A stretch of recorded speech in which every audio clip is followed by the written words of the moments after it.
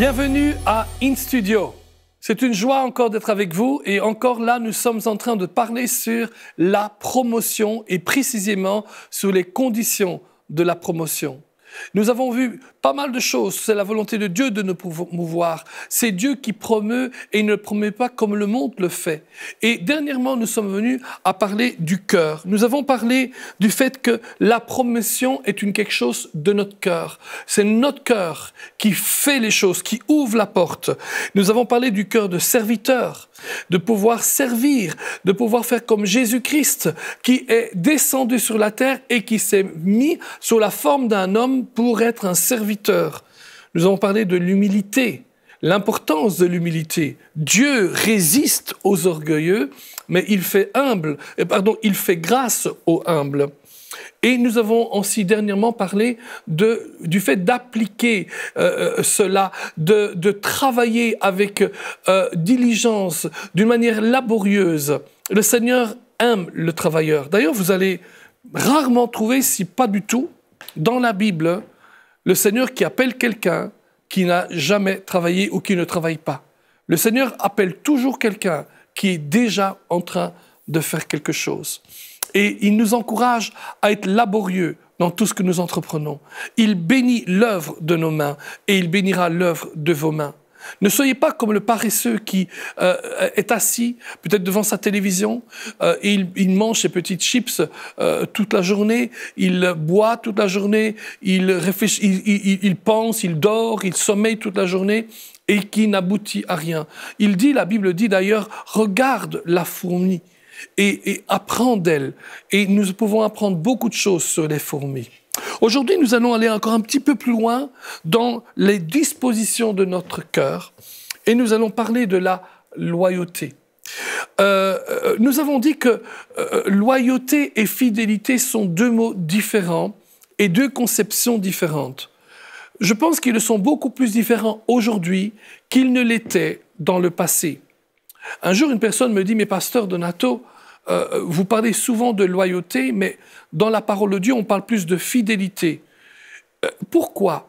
En fait, du temps de la parole de Dieu, le mot « fidèle » voulait dire ce que c'est que fidèle aujourd'hui, mais il avait encore une connotation de loyauté. Aujourd'hui, fidèle et loyal, c'est deux choses différentes, mais la bonne nouvelle, c'est qu'on peut être loyal quand même et on peut être fidèle aussi. Loyal est le terme qui est largement associé pour un groupe, une cause ou un pays. Cela signifie être fidèle et honnête envers le groupe, envers la cause, envers le pays. Un citoyen est loyal à la constitution de son pays et un employé est loyal aux objectifs fixés par son entreprise. Maintenant, ça devient votre principale responsabilité d'être disponible en cas de besoin, en cas d'urgence. C'est aussi votre responsabilité de protéger votre cause, votre groupe, votre organisation ou même encore votre pays face à vos adversaires. Être loyal n'est pas une chose ordinaire. On dit qu'un membre loyal est plus digne que des milliers de membres. En fait, être loyal est un honneur que l'on ne retrouve jamais chez des gens médiocres. La fidélité, par contre, c'est montrer de la confiance et de l'amour inconditionnel à quelqu'un, des présents fidèles dans une relation personnelle. Nous essayons toujours de rester dans un état de plein de foi et dévotion dans toutes les circonstances. La fidélité et les loyautés sont différentes. La loyauté, c'est de la fidélité plus quelque chose. Le terme loyal est largement associé à une relation avec un pays, un groupe, une cause, une organisation, alors que le mot fidèle est utilisé surtout pour une relation personnelle. Fidèle est un terme plus sensible que loyal parce qu'il aboutit à la rupture de relation en cas de fraude ou de tricherie. La déloyauté est prouvée, si on a prouvé qu'il n'y avait pas de loyauté, il en résulte alors à une punition légale. Loyal est utilisé pour les humains, tandis que fidèle est utilisé à la fois pour les humains et pour les animaux. Loyal est utilisé sur une base de termes et de conditions, tandis que fidèle est un état de sentiment. Fidèle signifie montrer la foi en ce que nous croyons, tandis que la loyauté est une condition aveugle. Soit c'est bien et soit c'est mal. Donc, quand on parle de loyauté, on parle d'être intransigeant dans l'allégeance. Par exemple, fidèle dans l'allégeance à son souverain, légitime, ou bien à son gouvernement, fidèle à son roi, fidèle à une personne privée à qui la fidélité est due, à un mari loyal, fidèle à une cause, un idéal, une coutume ou une institution ou même un produit. On est loyal. La Bible parle beaucoup de la loyauté, mais même si le mot loyal n'est pas dans ces versets-là, de nouveau, le mot loyal n'est pas souvent cité dans la Bible, il est plus cité par le mot fidèle, mais il n'y a pas que des mots qu'il faut voir aussi des contextes et les contextes de certains versets. Par exemple, Deutéronome 7,9 dit ceci, « Sache donc que c'est Dieu l'Éternel, ton Dieu, qui est Dieu. Ce Dieu fidèle garde son alliance et sa miséricorde jusqu'à la 1000e génération envers ceux qui l'aiment et qui observent ses commandements. » On voit là la loyauté de Dieu. Dieu est loyal jusqu'à la 1000e génération. Combien de fois la Bible ne dit pas que Dieu bénissait le peuple d'Israël, non pas en raison de ce qu'eux faisaient, mais en raison de leur père Abraham, Isaac et Jacob. Le Seigneur est un Dieu loyal. Lorsque Jonathan est mort et que David finalement établit son royaume, étend son royaume, à un moment où il y a la paix, il pose la question, il demande, mais est-ce que par hasard ou par chance, quoi que ce soit, mais y aurait-il encore quelqu'un de la famille de Jonathan qui reste? Et ils ont trouvé Méphibosheth. Et l'histoire veut que, malgré le fait que Méphibosheth vivait dans le désert, qu'il avait peur du roi David, parce qu'il était une sorte de concurrent potentiel, eh bien, David l'a pris avec lui, l'a fait manger tous les jours à sa table. David était loyal avec Jonathan. Dans 1 Roi, chapitre 8, verset 23, il est dit ceci, « Ô Éternel, Dieu d'Israël, il n'y a point de Dieu semblable à toi, ni en haut dans les cieux, ni en bas sur la terre. Tu gardes l'alliance et la miséricorde envers tes serviteurs qui marchent en ta présence de tout leur cœur. » Le Seigneur parle de loyauté. Ce ne sont pas que des mots, ce ne sont pas que des termes. La loyauté, c'est une action et c'est ce que le Seigneur fait. 2 Chroniques 6,14 dit ceci. « Ô Éternel, Dieu d'Israël, il n'y a point de Dieu semblable à toi, dans les cieux et sur la terre de nouveau. » C'est la même chose. Tu gardes l'alliance et la miséricorde envers tes serviteurs, là il dit envers tes serviteurs, qui marchent en ta présence de tout leur cœur. Alléluia. Amen. Dans le psaume 131, verset 3, il dit « Israël, mets ton espoir en l'Éternel dès maintenant à jamais. » Vous pouvez mettre votre espoir en l'Éternel parce que l'Éternel est loyal. Il ne vous abandonne pas. Puisqu'il m'aime, dit l'Éternel, je le délivrerai, je le protégerai, puisqu'il connaît mon nom. Il m'invoquera et je lui répondrai. Je serai avec lui dans la détresse, je le délivrerai et je le glorifierai. Alléluia.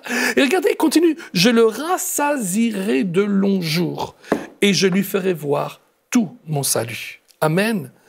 Quand on parle de loyauté, on ne peut pas parler de loyauté sans mentionner cette phrase exceptionnelle de Jésus-Christ. Jésus parle de comment Dieu prend soin des oiseaux, il prend soin des fleurs, il prend soin de vous et de moi. Mais avant de parler de cela, il parle du fait de ne pas s'inquiéter. Et juste avant, il dit ceci, on ne peut servir 2 maîtres à la fois. On ne peut pas servir Dieu et Mammon. Dieu, c'est le Dieu qu'on sert par notre foi. Lorsque nous marchons par la foi, nous servons Dieu. Lorsque nous marchons par nos inquiétudes, nous servons Mammon. On ne peut pas servir Dieu et Mammon. En d'autres mots, nous devons apprendre à être loyaux. On ne peut servir qu'un seul maître. Et ça fait partie de la définition de la loyauté. Nous servons un seul maître. Amen. Dans 1 Corinthiens 10, 21, l'apôtre Paul continue, il dit ceci, « Vous ne pouvez boire la coupe du Seigneur et la coupe des démons.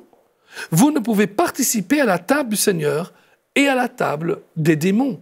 Il faut que nous soyons loyaux. Nous ne pouvons pas à la fois servir les démons et servir Dieu. Nous ne pouvons pas à la fois manger avec Dieu ou manger avec les démons. On ne peut pas faire cela. Nous devons faire des choix. Amen. Et Jacques 1,8, il parle de nouveau de la personne qui n'est pas loyale. Cette fois-ci, il dit, c'est un homme irrésolu, inconstant dans toutes ses voies. Waouh! Proverbe 27, 10 dit « N'abandonne pas ton ami et l'ami de ton père, et n'entre pas dans la maison de ton frère au jour de ta détresse. Mieux vaut un voisin proche qu'un frère éloigné. N'abandonne pas ton ami et l'ami de ton père. » Il y a quelque chose de puissant ici. Aujourd'hui, dans certaines familles, l'amitié, elle est vraiment limitée à nos amis directs.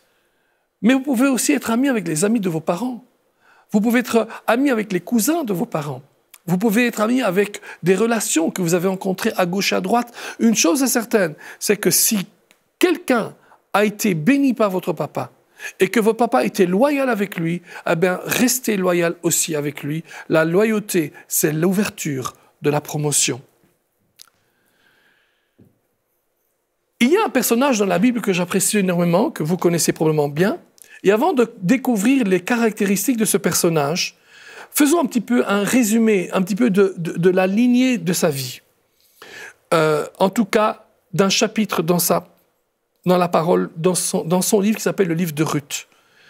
Au verset 1, on voit qu'il y a une famine en Juda, dans les débuts des versets. Certains hommes quittent le pays. Ensuite, on voit que Elimelech, sa femme, Naomi, et leurs 2 fils arrivent à Moab. Ils ont quitté l'endroit où ils se trouvaient et ils arrivent à Moab. Plus tard, Elimelech meurt. Naomi est restée seule avec ses 2 enfants dans un pays étranger.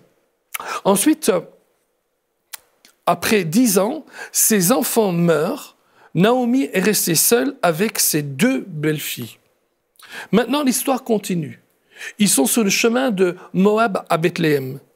Naomi est déterminée à rentrer à la maison. Elle a entendu que Dieu visite à nouveau son pays. Et c'est une bonne chose de retourner au pays lorsque Dieu visite nos pays. Écoutez, il y a beaucoup de gens, lorsqu'ils sont partis, ne reviennent plus au pays. Eh bien, apprenez que de temps en temps, ça vaut la peine de retourner, surtout si vous savez que Dieu est là de nouveau. Et donc, elles partent. Et il y a plusieurs conversations dans la route. Et Naomi commence à parler à ses 2 brus. Elle dit, mais enfin, retournez à la maison. Vous ne pourrez jamais vous remarier avec un de mes enfants. Si je devais même me remarier moi-même, vous n'allez quand même pas attendre 25 ans pour avoir un nouveau mari. Mais elle refuse. Elle s'engage à rester avec Naomi.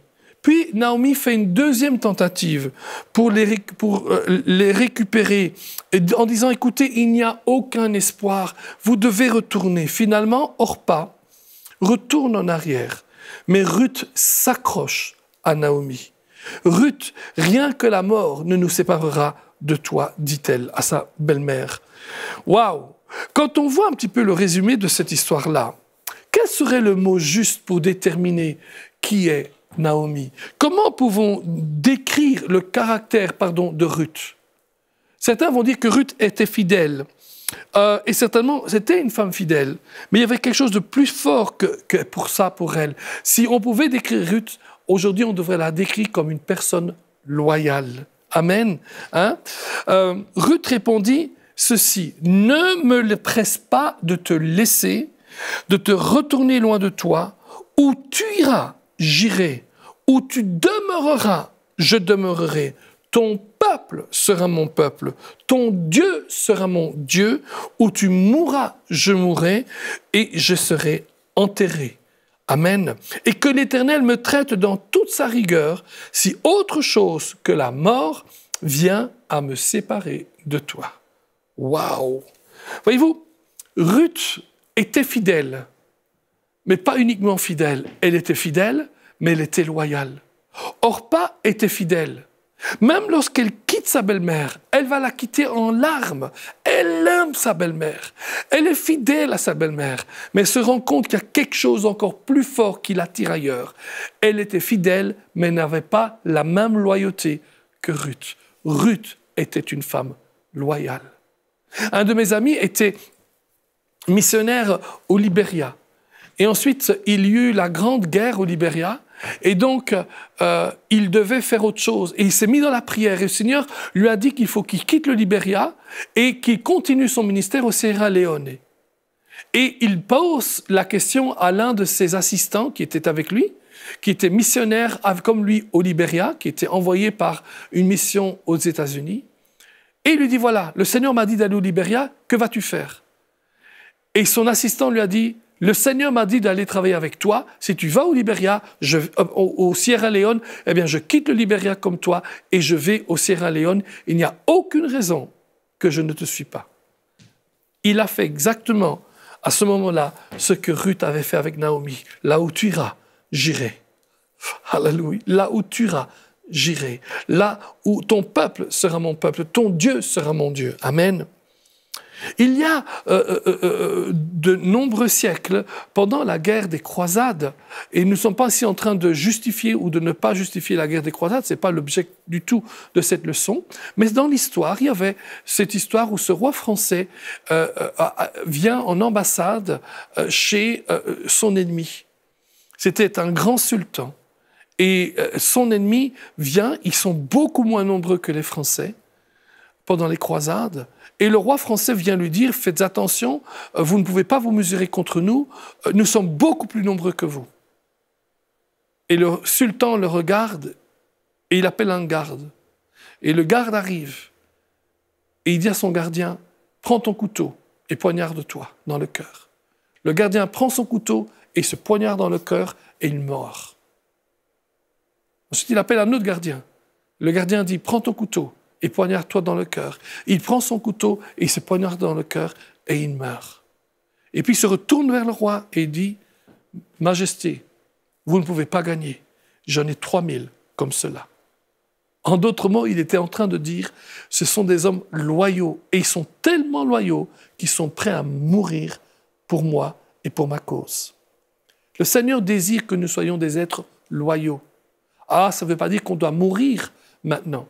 Mais ça veut quand même dire qu'on doit se sacrifier pour la cause de Jésus-Christ. Soyez loyaux aussi pour vos entreprises. Soyez loyaux dans vos familles. Soyez loyaux dans toutes circonstances. Même Néhémie, on parle souvent du leadership de Néhémie, c'était un homme et un leader exceptionnel. Mais on oublie que Néhémie était aussi un homme loyal.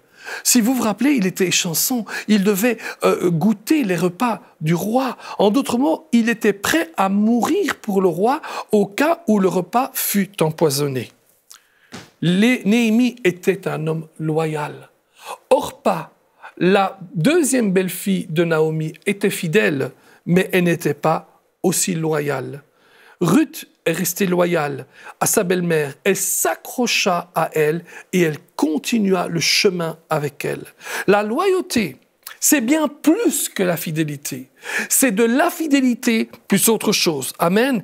La loyauté, c'est être fidèle, mais s'accrocher jusqu'au bout et aller jusqu'au bout. Alléluia. Un jour, un frère a dit ceci, les chrétiens doivent être des jusqu'au-boutistes.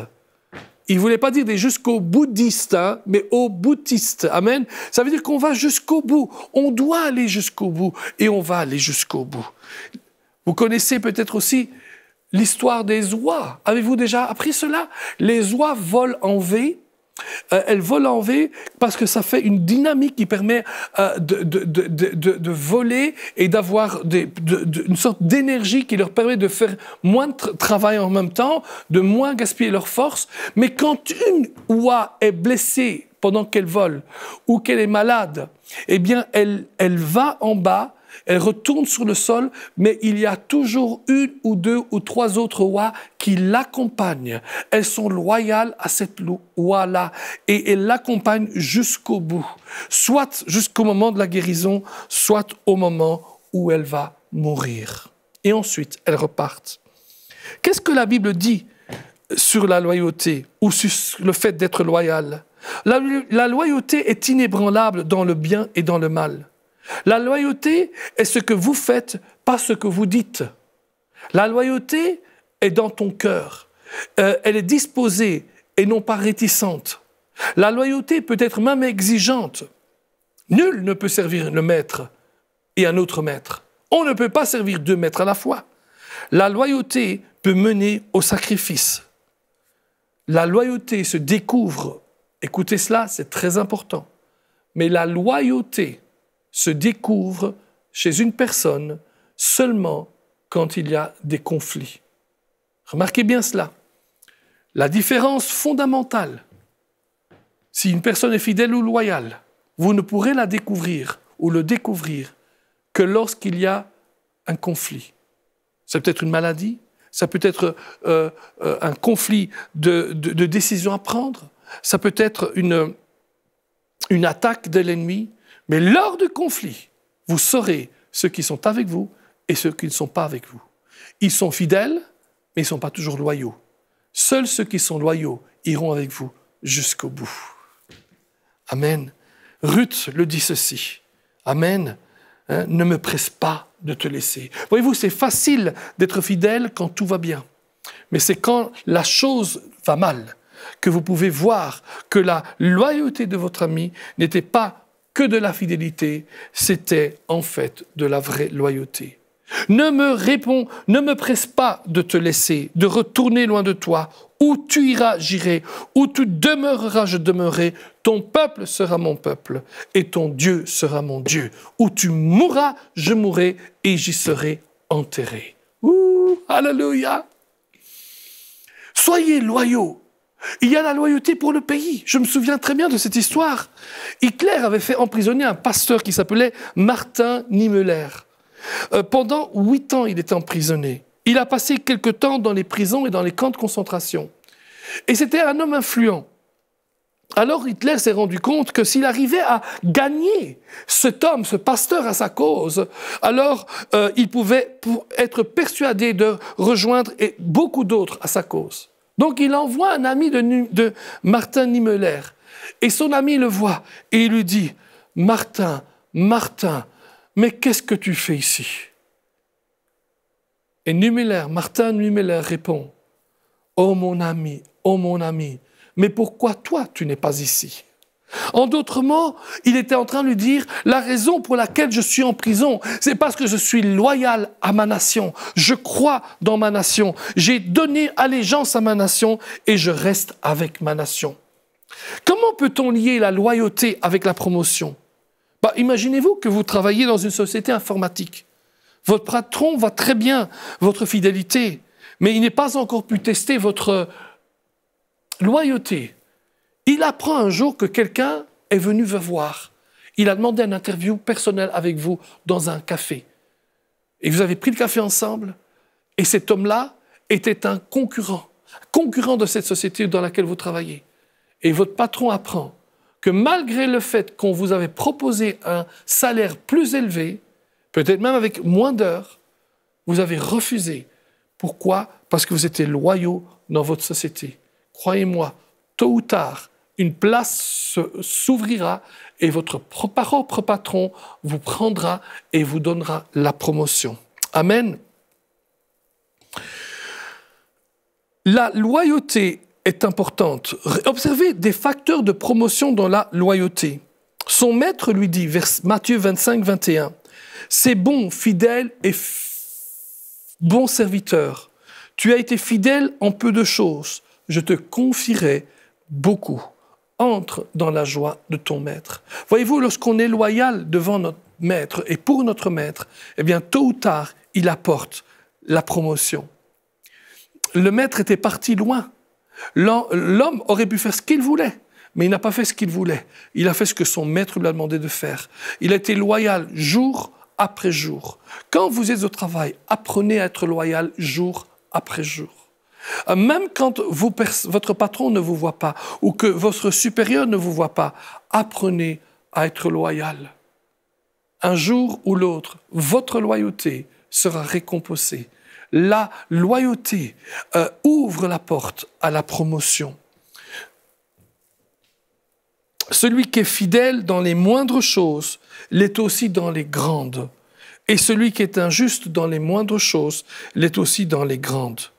Un homme fidèle est comblé de bénédictions. Ça, c'est le Proverbe 28, 20 qui le dit.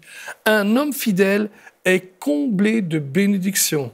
Mais celui qui a hâte de s'enrichir ne se reste pas impuni. Mes amis, si vous êtes un homme fidèle, un homme loyal, vous serez comblé de bénédictions. Vous allez aller de lieu en lieu avec le Seigneur. Amen.